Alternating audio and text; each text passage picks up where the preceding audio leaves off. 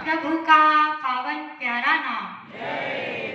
बाबा जय गुरुदेव जी महाराज का कहना है, तन मन को करता कौन खराब, क्या खाने से होगी आपकी भलाई,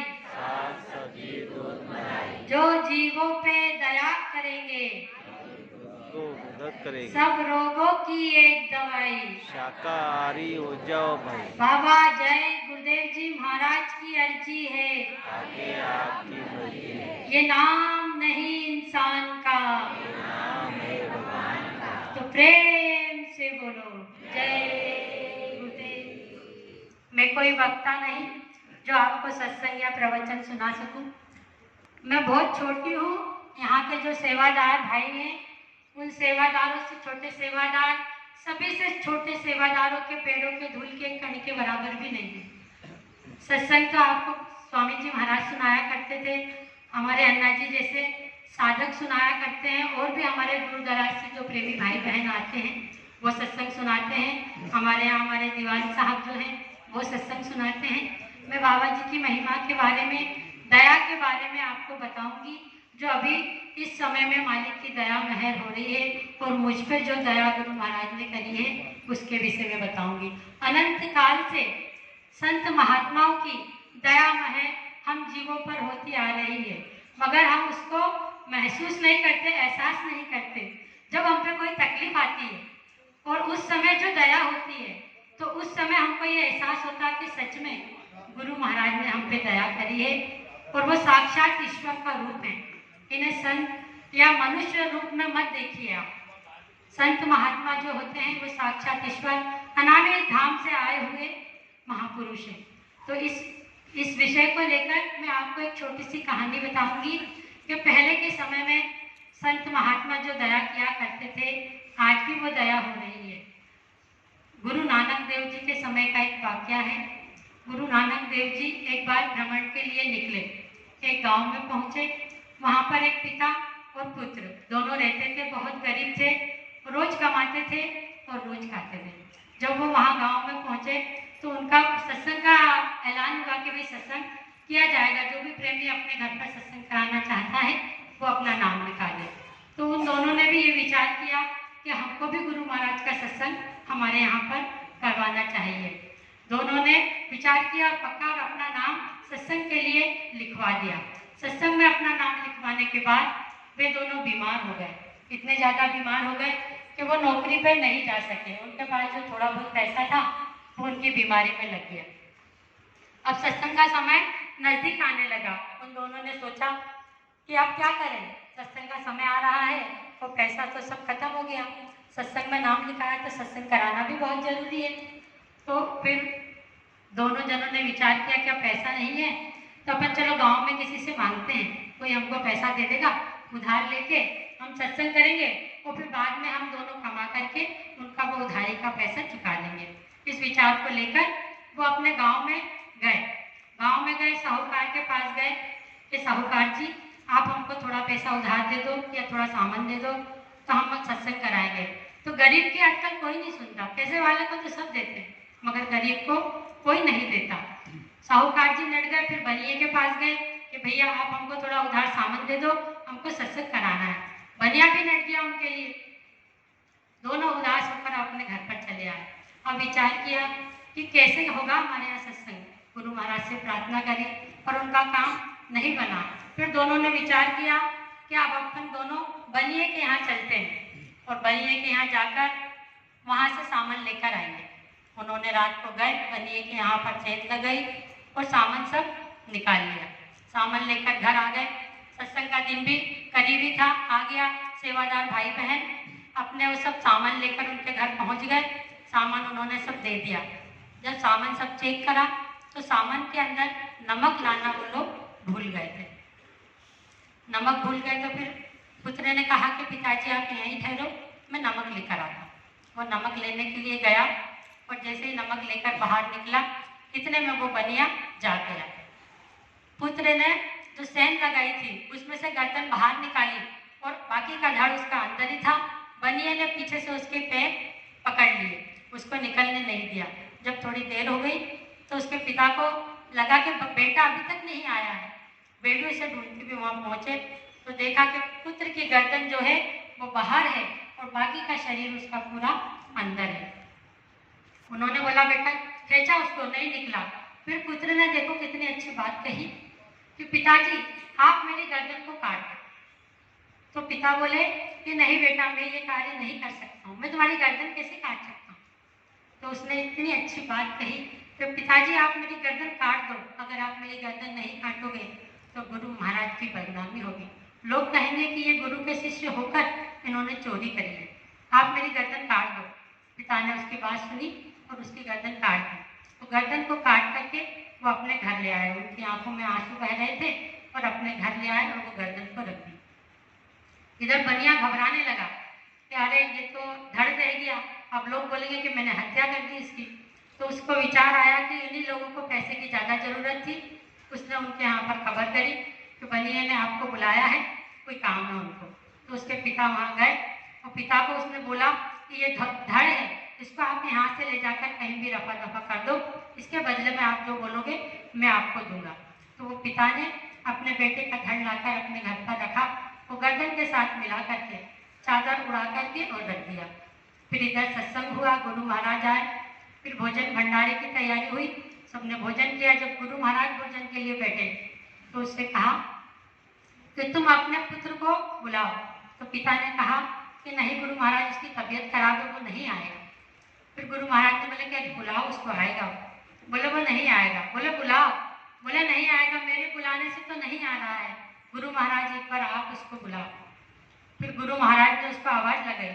पिता का नाम था मुसन और पुत्र का नाम था, पिता का नाम था सम्मत और पुत्र का नाम था मूसा। गुरु महाराज ने आवाज लगाई कि मूसा मूसा। दो आवाज में जो पुत्र था वो उठ करके खड़ा हो गया। तो ऐसे होते हैं संत महात्मा, है ना, मृत्यु को जीवन में बदल दिया। इसी प्रकार से मेरे ऊपर भी बाबा जय गुरुदेव जी महाराज की असीम दया और कृपा हुई, जिसका वर्णन मैं आपको नहीं बता सकती थी। मगर मेरे को खुशी इतनी है कि ऐसा लगता है कि हर एक सत्संगी, हर एक दुनिया के हर इंसान को जाकर के मैं ये बात बताऊं कि आज के युग में भी हमारे बाबा जय गुरुदेव जी महाराज की कितनी दया महर हम जीवों पर हो रही है। ना मैं कोई साधन भजन बहुत ज़्यादा करती हूँ, ना मेरे से बनता है, ना कोई मैं बहुत सेवा करती हूँ, ना मेरे से कुछ होता, मगर फिर भी मालिक ने मुझ पर इतनी दया महर करी कि मैं आपको बता नहीं सकती हूँ। मेरे बेटे को कैंसर की बीमारी हो गई थी, 3-4 महीने हुए उसको कैंसर की बीमारी हो गई। मार्च के महीने में हमको पता चला, बाहर जॉब करता है वो पुणे में। जब उसको डॉक्टर ने बोला कि तुमको अंडकोश में उसको गठान हो गई थी, तो डॉक्टर ने बोला कि इसको तुमको ऑपरेशन कराना पड़ेगा। फिर उसने हमको फोन लगाया कि डॉक्टर मुझे ऐसा ऐसा बोल रहे हैं और मैं आपके पास इंदौर आ रहा हूँ। वो इंदौर आ गया, यहाँ डॉक्टरों को बताया हमने सबको, सभी डॉक्टर बोले कि इसको आपको ऑपरेशन कराना पड़ेगा। पहले ये नहीं पता था कि उसको कैंसर है, सिर्फ गठान से उनको पता चला था इसका आपको ऑपरेशन कराना पड़ेगा। मैं सबसे पहले उसको स्वामी जी महाराज के दरबार में यहाँ मिर्जापुर आश्रम में लेकर आए, उसको दर्शन कराया और मैंने कहा अब अपन ऑपरेशन के लिए चले। उसका ऑपरेशन हो गया। फिर डॉक्टरों को कंफर्म नहीं हो पा रहा था कि इसको कैंसर है या नहीं है। बाद में फिर उसकी रिपोर्ट बॉम्बे भेजी कैंसर हॉस्पिटल में, तो करीबन 20-25 दिन में उसकी वो रिपोर्ट आई। वहाँ से कंफर्म हो गया कि इसको कैंसर की बीमारी है। उसके बाद में उसको कीमो के लिए ले जाना था। उसकी कीमो हुई तो अप्रैल में उसकी रिपोर्ट आई थी कैंसर की। मई और जून ये 2 महीने में उसकी 3 कीमो हुई और गुरु महाराज की दया महर का कोई वार पार ही नहीं है। संत महात्मा जब दया करते हैं ना, तो हम जैसे जीव उसको समझ ही नहीं पाते हैं। गुरु महाराज ने इतनी दया करी, इतनी दया करी कि मेरा बेटा 2 महीने में ठीक हो गया। प्रेम से बोलिए जय गुरुदेव। जैसी गुरु महाराज ने मुझ पे दया करी वैसे सब प्रेमी भाई बहन पर करें। 2 महीने में बेटा बिल्कुल ठीक हो गया। डॉक्टर को भी आश्चर्य होने लगा कि भैया 2 महीने में तेरी बीमारी कैसे अच्छी हो गई, तू बिल्कुल स्वस्थ है, कोई गोली नहीं लिखी उसको, कोई दवाई नहीं। कैंसर की बीमारी सुनते ही मरीज भी और घर वाले भी बहुत घबराए, मगर मालिक की मुझ पे इतनी दया थी मार्च का महीना था। हमारे यहाँ पर मार्च के महीने में मुक्ति दिवस का जो प्रोग्राम होता है वो हम 7 दिन बड़े धूमधाम से मनाते हैं। पहला सत्संग हमारे यहाँ आश्रम पर होता है। बाद के जो 6 सत्संग होते हैं वो सभी प्रेमी भाई बहन अपने अपने घरों पर रखते हैं। मुझे पता चला कि बेटे को हल्के से ऐसा डॉक्टर ने कंफर्म नहीं करा, बोले ऐसा लग रहा कि इसको कैंसर है। तो मैं जाती थी सत्संग में, पर परिवार में मैंने किसी को भी नहीं बताया, मेरे माता पिता को नहीं, मेरे भाई बहनों को नहीं, किसी को भी नहीं। मुझे बहुत रोना आता था, बाबा जी मैं क्या करूं, बच्चा मेरा सीधा, उसको ऐसी बीमारी हो गई, कुछ समझ में नहीं आता, पर मैं किसी के सामने रो भी नहीं सकती हूँ। अब आप देख लो, अब आप जानो, मैंने सब आप पे छोड़ दिया। आप विश्वास नहीं करोगे और मैं कैसे आपको विश्वास दिलाऊं कि 2 महीने में बच्चा मेरा बिल्कुल ठीक हो गया। ये भी प्रार्थना करी कि मालिक, सब लोग बोलते थे कि जब कीमो होती है ना तो उसमें बहुत तकलीफ होती है। तो मैंने बाबा जी को बोला कि बाबा जी मैं देख नहीं पाऊंगी इसको, अगर तकलीफ हुई तो आप ऐसी दया करो कि इसको कीमो में कोई तकलीफ नहीं। तो मालिक की इतनी दया महर हुई कि उसको एहसास भी नहीं हुआ कि उसकी कीमो हुई है। मैं पूछती थी उसको बार बार, बेटा तुमको कोई तकलीफ हो रही है क्या? जब को बोला नहीं मम्मी मेरे को कोई तकलीफ नहीं हो रही। बॉम्बे वाला डॉक्टर को उसको दिखाया तो डॉक्टर तो मरीज का दिल रखने के लिए बोलते हैं कि तुम 98% तक बिल्कुल स्वस्थ हो, 2% तो परमात्मा के हाथ में है। तो बच्चे को भी इतना विश्वास था, उसने बोला कि मैं 98% नहीं, मैं पूरा 100% अच्छा हो जाऊंगा। मेरी माँ का विश्वास है और मुझे भी गुरु महाराज पे इतना विश्वास है कि मैं बिल्कुल अच्छा हो जाऊंगा, और वो सच में बिल्कुल अच्छा हो गया। इसी बीच में किसी को बताया नहीं मैंने, मैं आश्रम आती जाती रही। 2 बार मैं आश्रम नहीं आई तो हमारे अध्यक्ष महोदय हैं, उन्होंने मेरे से पूछा कि भाई तुम्हारी हाजिरी नहीं लग रही है, तुम आ नहीं रहे हो। मैंने फिर उनको बताया कि भैया मेरे बेटे को कैंसर बताया डॉक्टर ने। तो उन्होंने जो बात बोली वो बहुत अच्छी बोली। उन्होंने बोला कि गुरु महाराज पर कभी भी विश्वास घटाना मत, कभी ये मत सोचना कि मालिक नहीं। अगर तुम्हारा विश्वास सच्चा है तो तुम्हारा बेटा बिल्कुल ठीक हो जाएगा। तुम एक बार जाके मालिक से प्रार्थना करो। तो मैंने बोला भैया मैंने तो प्रार्थना कर ली, मगर मेरे बेटे के लिए आप प्रार्थना करो कि मेरा बेटा बिल्कुल ठीक हो जाए। और सच में मालिक ने उनकी पुकार सुन ली और मेरा बेटा बिल्कुल ठीक हो गया। वक्ता तो बहुत सारे हैं यहाँ पर, हमारे अध्यक्ष महोदय भी बहुत अच्छे वक्ता, उनको बहुत सारा अनुभव है और वो कभी बोलते नहीं है। उसके बाद में मैं जब भी शनिवार को आती तो वो गुरु महाराज की चर्चाएं मुझसे करते और ऐसे अनुभव बताते जिससे मेरा विश्वास बिल्कुल पक्का हो जाए। मैं भी इंसान हूँ, कुछ घड़ी के लिए मेरा मन भी डगमगा गया था। लोग मेरे को बोलते थे आप जाओ भोलेनाथ पर 1 लोटा जल चढ़ाओ, 1 लोटा जल और हर समस्या का हल। कोई बोलता था सुंदरकांड का पाठ करो, कोई क्या बोलता था, मगर हमारे भैया ने और मेरे माता पिता ने शुरू से ये बोला कि इष्ट देव हमेशा एक होना चाहिए। अगर आपका इष्ट एक है तो जब तकलीफ आएगी तो तुरंत आपकी मदद हो जाएगी। अगर आप हनुमान जी को, माता जी को और भोलेनाथ को पूछते रहोगे तो वो सब एक दूसरे पर ढोल लेंगे कि इस पर तकलीफ है तो वो जाएगा वो जाएगा वो जाएगा। अगर इष्ट देव एक है, आपका गुरु बलवान है, तो आपको किसी के भी पास जाने की जरूरत नहीं है। और मेरे साथ बिल्कुल वैसा ही हुआ। गुरु पे विश्वास जब बना, थोड़ी सी डगमगा गई थी मैं, मगर हमारे अध्यक्ष महोदय ने, हमारे मोहन भैया ने, लखन भैया ने मेरे विश्वास को दृढ़ करा। मुझे हर शनिवार को वो बोलते कि रोना नहीं, मालिक से प्रार्थना कर और वो जरूर तेरी पुकार सुनेंगे और दया महर होगी। और विश्वास बना के रखना, जरा सा भी विश्वास डगमगाया तो फिर कोई गारंटी नहीं। अगर आपका विश्वास पक्का है तो आपकी मनोकामना जरूर पूर्ण होगी। तो मैं आप सभी भाई बहनों से भी ये प्रार्थना करना चाहती हूँ कि स्वामी जी महाराज हमको छोड़कर कहीं भी नहीं गए हैं। मिर्जापुर आश्रम में साक्षात स्वामी जी महाराज विराजमान हैं। आप लोग भी अगर आपको कोई समस्या है, कोई तकलीफ है, तो आप एक बार रो करके बाबा जी से प्रार्थना कीजिए, आपकी प्रार्थना जरूर कबूल होगी। वो सबकी सुनते हैं आपके, जब मुझ जैसे नीच जीव पे वो इतनी दया कर सकते हैं तो आप लोगों की क्यों नहीं सुनेंगे, आपकी भी मनोकामना पूर्ण होगी। मैं यहाँ पर खड़ी हूँ, ये मेरे माता पिता का आशीर्वाद है।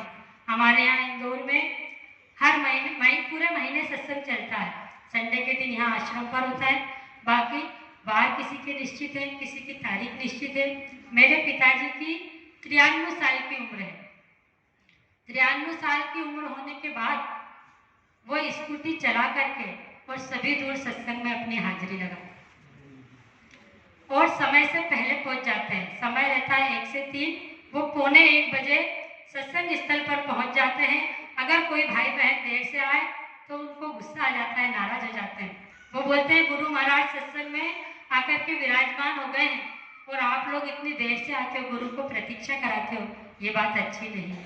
तो ये मेरे माता पिता का आशीर्वाद है कि मैं आपके सामने खड़ी हूँ और उनकी दुआओं का भी असर और सब प्रेमी भाई बहन की दुआओं का असर है कि मेरा बेटा बिल्कुल ठीक हो गया। कोई एक गोली भी डॉक्टर ने उसको नहीं लिखी, सिर्फ 3 महीने के अंदर उसकी कैंसर जैसी बीमारी ठीक हो गई। नहीं तो कैंसर के लिए लोगों को 5-5, 10-10 साल तक दवाइयाँ खानी पड़ती है। ये मैंने खुद ने देखा, मेरे परिवार में भी मेरी देवरानी को कैंसर हुआ था और अभी तक 4 साल हो गए, अभी तक वो 1 टेबलेट रोज खाती है। मगर मालिक की दया महर देखिए कि मेरा बेटा बिल्कुल ठीक है, एकदम स्वस्थ। 4 महीने की उसकी बच्ची है और बिल्कुल स्वस्थ है। ऐसा आप देखोगे तो ऐसा बोलोगे नहीं कि ये कैंसर की बीमारी से उठा।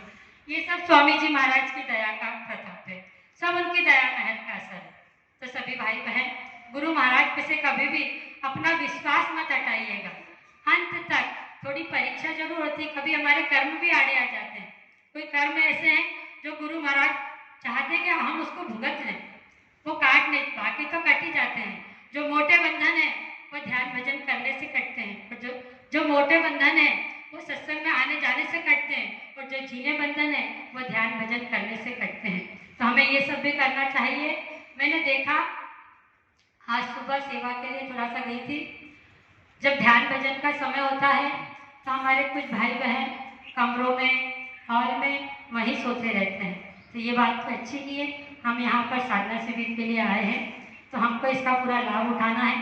बोला है मालिक ने कि जागे ना पिछले पहर और करे ना गुरु मत जाप और मुंह फाड़े सोवत रहे ताको लागे पाप। अगर हम सोते हैं तो उसका हमको पाप लगता है और कहते हैं करे करे सब कोई कहे कर पावे नहीं कोई और जब रहती करने की बिरिया तब ही जाते सोए।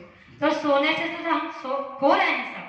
अगर हम यहाँ साधना शिविर के लिए आए हैं, मालिक की दया महर हमको मिल रही है तो हमें भरपूर लाभ उसका उठाना चाहिए, आलस नहीं करना।